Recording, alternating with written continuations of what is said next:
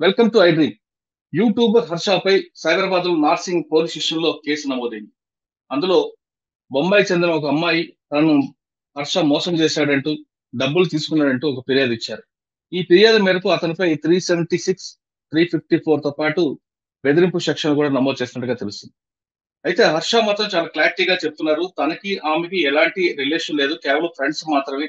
ఆమె తనకి కావాలని ప్రపోజ్ చేసింది. నేను చాలా సార్లు తిరస్కరించానంటూ ఆమె హర్ష కూడా ఒక ఆడియో రిలీజ్ చేశారు.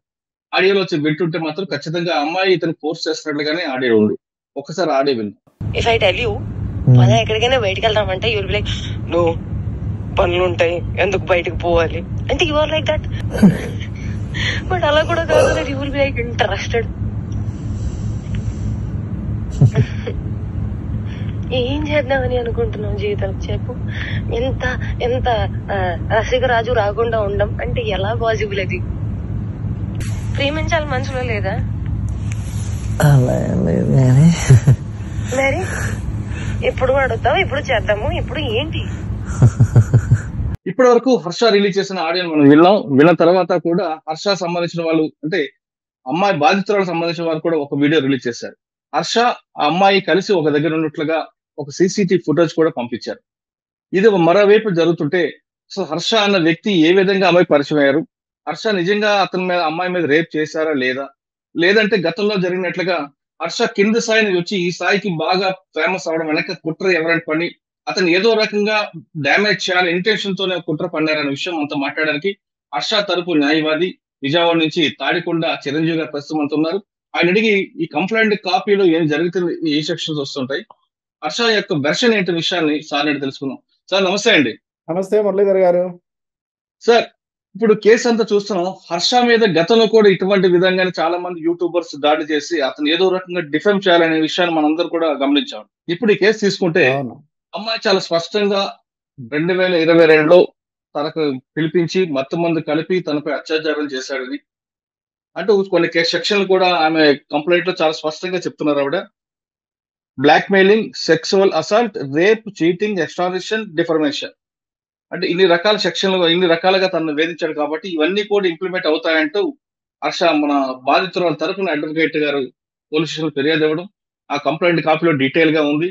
తను 2014 బాంబే నుంచి వచ్చిన తర్వాత హర్ష ఏ విధంగా పరిచయం అయ్యాడు, పరిచయం అయిన తర్వాత వాళ్ళిద్దరు మధ్యలో ఒక వ్యక్తి రావడం, ఒక సినిమా తీద్దామని, మెగా అనే మూవీ తీద్దామని దానికి ఆఫీస్ విషయంలో మాట్లాడుతున్నప్పుడు పిలిచారని చాలా క్లారిటీగా చెప్పుకొచ్చారు. కానీ ఏ ఆధారం లేకుండా ఆ మాత్రం రారనే విషయాన్ని చాలా స్పష్టంగా తెలుస్తుంది. ఎక్కడో మిస్కమ్యూనికేషన్ అవ్వడం కానీ, ఎక్కడో ఇంకొక విషయం జరిగినట్లుగా మనకి పోలీస్ ఇన్వెస్టిగేషన్ బయటపడే అవకాశం ఉంది. ప్రస్తుతం ఇప్పుడు జరుగుతున్న పరిణామాల నేపథ్యంలో హర్ష మీద కేసు రిజిస్టర్ అయింది కాబట్టి 376 రేపు, 354 అసాల్ట్, అదే 506 బెదిరింపు, అంతేకాకుండా నోట్ పిక్చర్ తీసడానికి ఇంకొక సెక్షన్, రకరకాల సెక్షన్ అవుతున్నాయి. కాబట్టి హర్ష తరపున మీరు ఏ విధంగా కౌంటర్ చేస్తారు, ఏ విధంగా దీన్ని మీరు క్లారిటీ ఇస్తారండి? మురళీధర్ గారు, దీంట్లో కౌంటర్ ఎన్కౌంటర్ ఏం లేవండి. మీకు ఉన్న వాస్తవాలు మీ దృష్టిలో తీసుకొస్తా. ఉన్న వాస్తవాలు మీ దృష్టిలో తీసుకొస్తా. ఏంటంటే ఇప్పుడు హర్ష అన్న అబ్బాయి మీరు చెప్తున్నట్టుగానే చాలా చిన్న స్థాయి నుంచి ఈ పరిస్థితికి వచ్చాడు. అత్యంత పవర్ఫుల్ ఇన్ఫ్లుయెన్సర్ గా కోట్లాది మంది ఫ్యాన్ బేస్డ్ ఉన్న హీరోగా అతను ఎదిగాడు.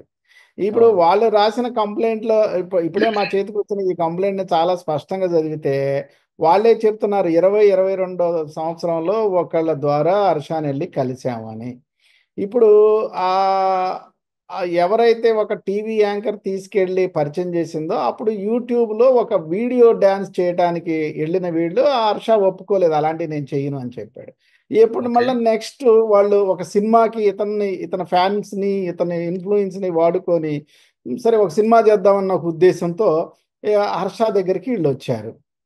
ఇప్పుడు హర్ష దగ్గరకు వచ్చి ఇప్పుడు వాళ్ళ కంప్లైంట్ లో కూడా వాళ్ళు చెప్పేది కూడా మనకు స్పష్టంగానే కనిపిస్తుంది. అయితే ఇప్పుడు దీంట్లో 4 అంశాలు విడివిడిగా చేద్దాం సార్. ఒకటి, ఇది ప్రేమ, లేకపోతే ఇది పెళ్ళ, ఇది రేపా, లేకపోతే ఇది మనీ ఎక్స్ట్రాక్షన్, ఇలా 4 రకాలుగా మనం ఒకసారి డిబేట్ చేద్దామండి. ఇప్పుడు మీరు ఆడియో విన్నారు కదా, ఆ అబ్బాయి ప్రేమ అంటే ఈ అమ్మాయి పట్ల ప్రేమగా ఉన్నాడా, ప్రేమించాడా లేదా, చాలా స్పష్టంగా వివరంగా ఆ అబ్బాయి ప్రేమించట్లేదు, ఆ అమ్మాయి ప్రేమను వ్యతిరేకిస్తున్నాడు అన్నది చాలా స్పష్టంగా ఉంది. ఇంకా అలాంటి వీడియోలు చాలా వందలు ఉన్నాయండి. వాళ్ళ మధ్య జరిగిన ఇన్సిడెంట్లు అవన్నీ బహుశా చాలా తక్కువ మీడియా దగ్గరకు వచ్చిందని నేను అనుకుంటున్నా. అవన్నీ అంటే ఆ వీడియో గానీ ఆడియో గానీ అది మ్యానిపులేటెడ్ అంటూ వాళ్ళ తరపు వాళ్ళు అంటున్నారు. దానికి కూడా చెప్తానండి. ఇప్పుడు ఉన్న latest technology, artificial intelligence technology ఇంకోటి వాడితే అది అది ఫ్యాబ్రికేటెడ్ అని తేల్చడానికి ఎక్కువ టైం ఏం తీసుకోరు సార్. ఇప్పుడు ఉన్న పరిస్థితుల్లో ఆ ఒక్క ఎవిడెన్స్ ని బ్రేక్ చేస్తే ఈ అబ్బాయి అబద్ధం ఆడుతున్నాడని తేలిపోద్ది. సో ఎట్టి పరిస్థితుల్లో ఆ విషయంలో వాళ్ళు మాట్లాడేది 100% అబద్ధం. రెండో పాయింట్, పెళ్లి అంటున్నారు. అసలు వాళ్ళు రాసిన కంప్లైంట్లోనే ఆ అమ్మాయి వయసు 32 ఉందండి. మనం మనం హిందూ వ్యవస్థలో, మన ఇండియన్ మ్యారేజికల్ సిస్టంలో అసలు ఇప్పుడు మాకు తెలిసి ఆ అమ్మాయి వయసు 35 ఏళ్ళు మాకున్న ఇన్స్ట్రక్షన్స్. అసలు ఈ అబ్బాయి వయసు 24 ఏళ్ళు. అసలు ఇది ప్రేమకి పెళ్లికి వయసుకి సంబంధం ఉంది కదండి. కరెక్టేనండి, ప్రేమ గుడ్డిదే, నేనేం కాదంటలేదు, కానీ అసలు ప్రేమే లేదు ఇక్కడ. ప్రేమే లేని సిచ్యుయేషన్ లో ఇంకా పెళ్లి ఏంటి? సరే, సో పెళ్లి అనే పాయింటే లేదు. ఇకపోతే కమింగ్ టు సెక్షువల్ అబ్యూజ్ అండి. ఇప్పుడు వాళ్ళు ఎంత చిత్రంగా, ఎంత చండాలంగా, ఎంత దరిద్రంగా రాశారండి. ఇప్పుడే చూసా జస్ట్. ఏంటో రూముకు పిలిచారు, కూల్ డ్రింక్ ఇచ్చాడు, మత్తు ఇచ్చాడు, ఫిజికల్ అబ్యూజ్ చేశాడు, దాన్ని రికార్డు చేశాడు. ఏమైనాయండి రికార్డులు? అవన్నీ హర్ష దగ్గర ఉంటాయి కదా. ఎందుకు ఇప్పుడు హర్ష దగ్గర ఉంటే ఈవిడ దగ్గర ఏమైనాయి? హర్ష దగ్గర ఉంటే ఈవిడికి తెలియాలి కదా. ఇప్పుడు ఈవిడ పెడుతున్న ఎవిడెన్స్ మీరు క్లియర్ గా చూడండి. ఒక అమ్మాయి, ఒక అబ్బాయి. ఇప్పుడు దీన్ని బట్టండి ఏ సినిమాలో యాక్ట్ చేసిన ఏ ఇద్దరి మీదైనా రేప్ కేసు పెట్టొచ్చని అర్థం అవుతుందండి. ఎందుకంటే నుంచొని, కూర్చొని, పడుకొని రకరకాల దాంట్లో ఇప్పుడు బాడీ లాంగ్వేజ్లు ఉంటాయి సార్. ఇక మరి ఇప్పుడు వాళ్ళందరూ రేపిస్టులేనంటారా రేపు ఫ్యూచర్ లో? కాదండి, ఇంటర్ కోర్స్ జరిగిందని ఆమె చాలా స్పష్టంగా చెప్తుంది కదా. కోహాబిటేటెడ్ అన్న మాట రాసింది, కోహాబిటేషన్ అంటుంది, పలుమార్లు అంటుంది. అవన్నీ నేను ఇప్పుడు the way they have return in the complaint చాలా అంటే ఎలా ఉందంటే, ఏదైనా సరే నమ్మబుల్ గా మినిమం ఎవిడెన్స్ వాల్యూతో ఉండాలండి ఏదైనా. అసలు నమ్మే పరిస్థితి ఉందండి. అంటే ఆమె ఒక మహిళ సార్, ఒక్క నిమిషం అండి. ఒక మహిళ ఎప్పుడు కూడా ఇంటర్ కోర్స్ తనకి చేశాడని బయటకు చెప్పుకోరు. కానీ ఆమె చెప్పిందంటే అక్కడ ఏదో అంటే ఇష్యూ ఉండుంటది. అంటే సాధారణంగా నిజం నిప్పు లేదా పొగరాదు కదండి, ఏదో ఉండుంటది. పొగలేందే నిప్పు రాదు, నిప్పు లేకుండా పొగరాదండి. అందుకనే ఇప్పుడు ఏమంటే ఇందుట్లో నిజం ఏంటంటే ఇతను హీరో అండి. ఇందుట్లో నిజం ఏంటంటే ఇతనికి కోట్ల మంది ఫాలోయింగ్ ఉందండి. ఇంకా నిజం ఏంటంటే ఇతను ఇన్నోసెంట్ అండి. నిజం ఏంటంటే ఇలాంటివన్నీ ఇతనికి తెలియదండి. ఇలాంటి కుళ్ళు, ఇలాంటి కుతంత్రాలు, ఇలాంటి విషవలయాలు ఉంటాయన్న ఇతనికి తెలియదండి. అయితే ఇప్పుడు సాధారణంగా ఎప్పుడైతే సస్పెక్ట్ వచ్చారో వాళ్ళ అడ్వకేట్ అదే రకంగా మాట్లాడతారు, తెలుసు అని ఎవరంటారు కదా. అంటే నేనేం కాదంటలేదు మిమ్మల్ని. కాకపోతే మనీ ఆస్పెక్ట్కి వద్దామండి. ఇప్పుడు మీ అందరికి, మాకంటే కూడా మీకు చాలా స్పష్టంగా తెలుసు, హర్ష సాయి అనే అబ్బాయి ఒక 30 సెకండ్స్ వీడియో కనుక చేసి పోస్ట్ చేస్తే, ఈ సోషల్ మీడియాలో కానీ ఏదైనా ప్రమోట్ చేస్తే ఎన్ని ఇప్పుడు వీళ్ళు చెప్పడమే 1 కోటి 2 కోట్లు వస్తాయి అంటున్నారు కదండి. మరి వీళ్ళ ప్రకారం రోజు 2-3 వీడియోలు తీసుకుంటే ఎంత డబ్బు సంపాదించాలండి? ఆ అబ్బాయి ఇప్పుడు వాళ్ళ కంప్లైంట్ లో చూస్తే 50 లక్షలు ఇచ్చామని రాశారు. అవునండి. ఇప్పుడు చూస్తేనేమో 2 కోట్లు అంటున్నారు. అంటే 50 లక్షలు ఒకసారి, 2 కోట్లు ఒకేసారి కాకుండా దశల వారికి ఇచ్చామనేది వాళ్ళు ఎస్టాబ్లిష్ చేయలేకపోయారు సార్. ఈ రోజున 2 లక్షలు దాటితే యాజ్ పర్ ఇన్కమ్ ట్యాక్స్ అన్ని బ్యాంక్ ట్రాన్సాక్షన్ జనరల్ గా జరగాలి. I'm not denying the black money and all. అయితే ఒక్క రూపాయి అయినా త్రూ ప్రాపర్ ఛానల్ గా ఇచ్చినట్టు ఉందా? మీరు ఒక్కసారి మనసు పెట్టి ఆలోచించండి మురళీధర్ గారు. అంటే కంప్లైంట్ లో రాసి తర్వాత స్టేట్మెంట్ అప్పుడు ఎవిడెన్స్ ప్రొడ్యూస్ చేయొచ్చు కదా, అప్పుడే చూపించాలి రూల్ లేదు. నేను ఒప్పుకుంటానండి, FIR is not an encyclopedia, నేను ఒప్పుకుంటా. కానీ మినిమం ఎవిడెన్షియరీ వాల్యూ కూడా ఉండాలి. అంటే 376 కాబట్టి 164 స్టేట్మెంట్ లో అవన్నీ స్టేట్మెంట్ ఇచ్చినప్పుడు ఎవిడెన్స్ చూపించవచ్చు కదా. చూపిస్తారులేండి. 164 మీరు చట్టాన్ని బాగా చదివారు, మీరు చాలా అవన్నీ వస్తాయండి. అయితే మీరు చూస్తే హర్ష సాయికి ఈ అవసరం లేదు. హర్ష సాయి ఇప్పుడు ఇలాంటి చిల్లర పనులు చేసి, ఎందుకంటే చూడండి ఇన్ని వేల వీడియోలు చేశాడుగా మురళి గారు, మీరు బాగా గమనించండి. ఒక్క దాంట్లోనైనా సరే హర్ష సాయి ఎవరితోనన్నా పరుషంగా మాట్లాడినట్టు కానీ, ఇండీసెంట్ గా ఉన్నట్టు కానీ, లేకపోతే వ్యతిరేకించినట్టు కానీ, ఖండించినట్టు కానీ, ఇన్ని వందల వీడియోలు అతను విమర్శిస్తూ వస్తున్నా కూడా ఎక్కడా కూడా ఆ బిడ్డ ఎవరిని ఖండన కూడా చేయలేదండి. కేవలం విశాఖపట్నంలో కోర్టులో దావా వేసి డిఫమేషన్ వేసి కూర్చున్నాడు తప్ప అతను చట్ట వ్యతిరేక మనిషి కాదు, చట్ట వ్యతిరేకం చేయలేడు సార్. అతనికి అసలు అవ్వదు. ఇప్పుడు అతనికి ఉన్న ఫాలోయింగ్ లో నిజంగానే ఒక అమ్మాయో ఒక స్త్రీ సాంగత్యమో కావాలంటే అతనికి ఉన్న ఫాలోయింగ్ కి అతన్ని పెళ్లి చేసుకోవాలని రకరకాల ఎన్ని ఆఫర్లు ఉంటాయో మీరే ఆలోచించవచ్చు. సో ఇది 100% 4 నెలల నుంచి జరుగుతున్న అనేక రకాల కుట్రలో ఆఖరి ప్రయత్నం సార్ ఇది. ఓకే, ఒకసారి సార్ ఒక్క నిమిషం అండి. 4 months నుంచి ఈ మొత్తం జరుగుతుంది. లాస్ట్ స్టెప్ లో కంప్లీట్ గా వచ్చారంటున్నారు కాబట్టి 4 నెలల ముందు ఏం జరిగింది ఒకసారి చెప్పండి. చెప్తానండి. ఫస్ట్ ఇతను బెట్టింగ్ యాప్ లో ఆడతాడు అని ఒక ట్రైలర్ వదిలేరండి. దాంట్లో ఫెయిల్ కాదండి సార్ వీళ్ళిద్దరి పరిచయం ఎక్కడ జరిగిందా? నాకు చెప్తున్నట్లుగానే జరిగిందా, ఇంక వేరేగా జరిగిందా? 100% కంప్లైంట్ లో ఉన్నట్టుగానే జరిగిందండి. వాళ్ళు రాసిన కంప్లైంట్ లో అక్కడక్కడ మర్చిపోయి కొన్ని నిజాలు రాశారు సార్. అదే ఇప్పుడు రివీల్ చేయకూడదా? అంటే దాన్ని కూడా ఇంకోలా ప్రొజెక్ట్ చేసుకునే పరిస్థితి. సరే, ఏది ఏమైనా మురళి గారు, ఈ అబ్బాయి 2022న ఈ ఒక టీవీ యాంకరే హైదరాబాద్ లో, నేను I don't want to reveal her name, ఒక టీవీ యాంకరే తీసుకొచ్చి ఆ అమ్మాయికి మంచి ఉద్దేశంతో ఈ అబ్బాయి యూట్యూబ్ స్టార్, ఈ అమ్మాయి ఏదో బిగ్ బాస్ ఇవన్నీ ఏదో ఉంటుందని పరిచయం చేసింది. అది ట్రూ. ఆ పరిచయం వల్ల ఆ పరిచయం ఇంత పరాకాష్ఠకు వచ్చి ఈ అబ్బాయి ఈ పరిస్థితికి వచ్చింది. అంటే ఇంత సరే కొంచెం ఒక ఫ్రెండ్షిప్ ఉంది అనుకుందామండి, కాదనట్లేదు. ఈ ఫ్రెండ్షిప్ ముసుగులో కూడా కొంతమంది అబ్బాయిలు కూడా దారి తప్పే వాళ్ళు చూస్తుంటాం. అమ్మాయిలు కూడా ఈ విధంగా కొంతమంది బ్లాక్ మెయిల్ ఈ విధంగా కాదు, కొంతమంది బ్లాక్ మెయిల్ చేసే కేసులు కూడా మీరు చూస్తుంటారు. ఆ రెండు పక్కన పెడతామండి. వీళ్ళిద్దరి మధ్య కేవలం పరిచయంగానే ఉందా, లేదా లవ్ ప్రపోజ్ చేస్తున్నట్టుగా ఆడియో ఉంది. దానికి అంటే ఫస్ట్ లో ఆమె చేసి ఉండొచ్చు, తర్వాత ఈయన యాక్సెప్ట్ చేసి ఉండొచ్చు. ఈయన యాక్సెప్ట్ చేసిందని ఎక్కడ లేదు కదా. 100% ఇతర వైపు నుంచి లవ్ ప్రపోజల్ గానీ యాక్సెప్టెన్స్ గానీ ఏం లేదండి. అసలు ఫిజికల్ అబ్యూజ్ అనే క్వశ్చన్ డజంట్ అరైజ్ అండి. కారణం ఏంటంటే అంత అవసరం ఏముందండి తనకి? మరి ఎందుకండి ఒక ఫ్రెండ్షిప్? చిరంజీవి గారు, ఇద్దరి మధ్య కేవలం ఫ్రెండ్షిప్ ఉన్నప్పుడు ఇంత స్థాయి వరకు ఎందుకు వస్తుందండి? పీక్ స్టేజ్ కదా అది.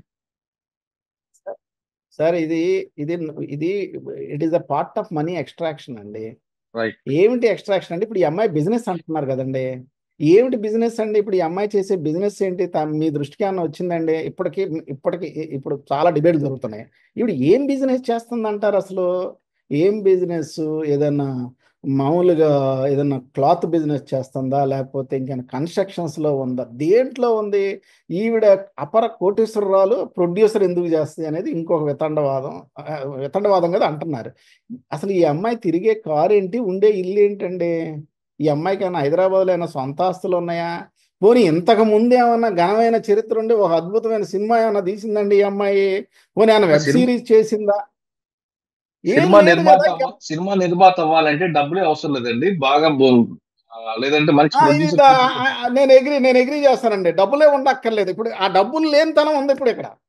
అంటే ఇక్కడ ఫైనాన్షియల్ ఉండొచ్చు కదండి. ఇప్పుడు అమ్మాయికి సినిమా తీయాలని కోరుకుంది, అందులో హర్షకి సినిమా తీయాలని హీరోగా చేయాలని ఉంది.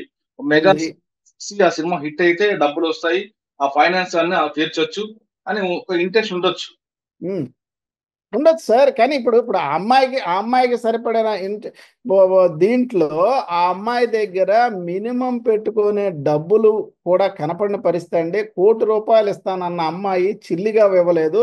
దాంట్లో ఈ అబ్బాయి ఇప్పటికైనానండి ₹1 పలానా విధానంగా ఏదైతే ఇప్పుడు ఏముంది సార్, లేటెస్ట్ పూర్వం అంటే మనం పోస్ట్ ఆఫీస్కి వెళ్ళి ఎంఓ చేసుకోవాలి. ఇప్పుడు ఏముందండి, ఇలా క్లిక్ అంటే డబ్బులు వెళ్ళిపోతున్నాయి. ఫోన్ పే, జీపే, ఆపే, ఈపే, ఆర్టీజీఎస్, ఎనీ రూపాయి, ఈవెన్ ₹1 ఇచ్చినట్టు ప్రూవ్ చేయమనండి సార్. సింగిల్ రూపీ ఏమీ లేదు. ఇది ఏం లేదు సార్. ఇది బ్లాక్ మెయిల్ లేదు సార్. ఫస్ట్ ఏమో బెట్టింగ్ యాప్స్ అన్నారు, తర్వాత తను చేసే వీడియోలన్నీ ఫేక్ అన్నారు, ఆ ముంబైలో జరుగుతుంది ఇవన్నీ అబద్ధాలు అన్నారు. అన్ని ఫెయిల్ అయిపోయారు సార్. రకరకాల ప్రయత్నాలు చేశారు ఈ అబ్బాయి దగ్గర నుంచి డబ్బు ఎక్స్ట్రాక్ట్ చేయడానికి. అన్ని ప్రయత్నాలు విఫలమైన మురళి గారు, మీరు నమ్మాలి. This is the last heinous act. Okay sir, ఈ అమ్మాయి చేస్తుందా? This is nothing but the occupational hazard Muralidhar గారు. ఎందుకంటే మనం ఇప్పుడు మీ దగ్గర కూడా చాలా మంది గర్ల్స్ పని చేస్తూ ఉంటారు, స్త్రీలు ఉంటారు, మా దగ్గర జూనియర్స్ ఉంటారు. ఇప్పుడు ఎవరైనా మనతో క్లోజ్గా ఉన్నోళ్ళు వచ్చేసి నన్ను అది చేశాడు ఇది చేశాడంటే ప్రస్తుతం ఉన్న రోజుల్లో సింపుల్గా మనం ఏమి అందుకనే అన్ని సర్వైలెన్స్ మధ్య బతకాల్సిన పరిస్థితి వచ్చిందండి. ఇప్పుడు ఇటు చూసినా మాకు కూడా టీవీలే సార్. ఇప్పుడు ఓకే, హర్షకి కంప్లైంట్ ఇచ్చిన అమ్మాయి ఆమె ఇండిపెండెంట్ ఇచ్చింది అనుకోవాలా, లేదా ఆమె వెనక ఎవరైనా ముందు పెట్టి నడిపిస్తున్నారు అనుకోవాలి? కనిపిస్తున్నారు కదా సార్, అంతా క్లారిటీగానే ఒక లాయర్లు వ్యవస్థ విధానం అంతా కనిపిస్తుంది. కాకపోతే మాకు యాజ్ ఫార్ యాజ్ మాకున్న ఇన్స్ట్రక్షన్స్ ఏంటంటేనండి, ఇప్పటివరకు నడిపించిన వాళ్ళందరికీ ఈవిడే హెడ్ అని. ఓకే, అంతేకాకుండా ఈవిడ పక్కన మరి ఎవరో బాల అని ఒక అతను ఉన్నాడటండి. అవునండి, ఆయనే పరిచయం చేశాడని రాస్తుంది కదా. ఈ కంప్లైంట్ లో ఉన్న బాల అతనే అయి ఉంటాడు. అయితే బాలచంద్ర ఈ బాలచంద్రదే ఇదంతా ఈ బిహైండ్ ది స్క్రీన్ అంటున్నారండి. ఇతను కూడా గతంలో ఏదో హీరోయిన్ వ్యవహారంలో పంజాగుట్టలో ఏదో పోలీస్ స్టేషన్లో అయిన కేసుల్లో కూడా ఇతను ముద్దాయని, ఈ అమ్మాయి కూడా చాలా చరిత్ర ఉందని ఇవన్నీ వస్తున్నాయి సార్. మరి ఇంకా నా దగ్గర ఫుల్ రికార్డ్ రాలేదు, వస్తుంది. I will update. Okay sir, ఇప్పుడు నార్సింగ్ లో కేసు అయింది కాబట్టి ఇందులో హర్షని అరెస్ట్ చేస్తే వెంటనే బెయిల్ వచ్చే అవకాశం ఉందంటారా? హర్ష సాయిని అరెస్ట్ చేస్తే బెయిల్ వస్తుంది. అయితే వెంటనేనా కొద్దిగా టైం అనేది థింగ్స్ విల్ డిసైడ్. అంటే ఇప్పుడు ఇందులో నోటీస్ ఇచ్చారు కూడా, రెస్పాండ్ అవుతారా మీరు? నోటీస్ ఇస్తే 100% రెస్పాండ్ అవుతాం కదండి. ఆల్రెడీ ఉప్పల్ పోలీస్ స్టేషన్ లో నోటీస్ ఇచ్చారు, దానికి respond. Uppal some betting case అని ఒక చిన్న కేసు, పనికిరాని కేసు. అది వేరండి, కానీ ఇందులో 376 కాబట్టి ఎవరు సార్, ఎవరు డైరెక్ట్ అరెస్ట్ ఉంటుంది, మనిషిని అరెస్ట్ చేసే పరిస్థితే. ఇప్పుడు కొత్తగా ఏంటంటే హర్ష పారిపోయాడు, హర్ష కనపట్టలేదు, హర్ష ఎక్కడికి పోలేదు, హర్ష మన మధ్య ఉన్నాడు, కొంచెం టైం తీసుకొని ఏం చేయాలి ఏంటి అనే ఒక చిన్న దీంట్లో ఉన్నాడు. ఖచ్చితంగా ప్రజల మనిషి, ప్రజల మధ్యలోనే ఉన్నాడు, ప్రజల మధ్యకు వస్తాడు. ఓకే సార్, ఫైనల్ గా చెప్పండి, హర్ష తప్పు చేయలేదని మీరు నమ్ముతున్నారు కాబట్టి, ఒక తప్పు చేసినా ప్రొటెక్ట్ చేసే అవకాశం ఉంది కాబట్టి, ఏ తప్పు చేయలేదు హర్ష కింద ఇటువంటి ఎవిడెన్స్ ఉన్నాయని డైరెక్ట్ తీసుకొచ్చి పోలీస్ స్టేషన్ లో చూపిస్తే వాళ్ళు దాన్ని నమ్మి హర్షాన్ని నోటీస్ పంపే అవకాశం కూడా ఉంది కదా ఇందులో 376 లో? 100% ఉండదండి, ఉండదు. అంత పెద్ద ఫెర్ఫెర్నాలియా మన పోలీస్ డిపార్ట్మెంట్కి లేదు. ఎందుకంటే ఫస్ట్ ప్రైమా ఫేసీ ప్రకారం మన ఇన్వెస్టిగేషన్లో కొన్ని వందల ఇన్వెస్టిగేషన్స్ చూసామండి. నేను ఐఎమ్ ఫ్రమ్ లాస్ట్ 30 years నేను క్రిమినల్ ట్రయల్, క్రిమినల్ జ్యూరిస్ప్రుడెన్స్ దీంట్లోనే ఉన్నానండి. దీంట్లో పోలీసులు ఇప్పుడు ఎలా చూసినా సరే పూర్తి నిజాన్ని ఈ స్టేజ్లో చేయలేరు, వీళ్ళు తేల్చలేరు. అంటే ఇందులో ఒకటే సార్, అంటే మీకు చెప్పేంత గొప్పవాడిని కాదు, కానీ అరెస్ట్ అనేది మ్యాండేటరీ కాదు. అరెస్ట్ ఎప్పుడంటే అతను ఎస్కేప్ అవుతాడనో, సాక్ష్యాలు తారుమారు చేస్తాడనో, లేదా ఇంకొక రకంగా చేస్తాడనో ఐఓ భావిస్తేనే అరెస్ట్ తప్ప ఏ కేసులో కూడా అరెస్ట్ అనేది మ్యాండేటరీ కాదు కదా. అంటే ఏ కేసులో మ్యాండేటరీ అంటే అరెస్ట్ మ్యాండేట్ కాదు కానండి, అరెస్ట్ చేస్తారు దీంట్లో. మరి అరెస్ట్ చేయకుండా మీరు ఏమన్నా క్వాష్ కానీ లేదా హైకోర్టు కానీ వెళ్ళే అవకాశం? అవన్నీ లీగల్ రికోర్స్ ఉంటుందండి. ఖచ్చితంగా మేము ఖచ్చితంగా హైకోర్టుని అప్రోచ్ అవుతాం. దీంట్లో ఏం చేయాలో అన్నీ చేస్తామండి. 100% హర్ష అనే ఒక అబ్బాయి 100% కడిగిన ముత్యం లాగా దీంట్లోకి బయటకు వస్తాడు. నిజం ఎప్పటికైనా నిజమే.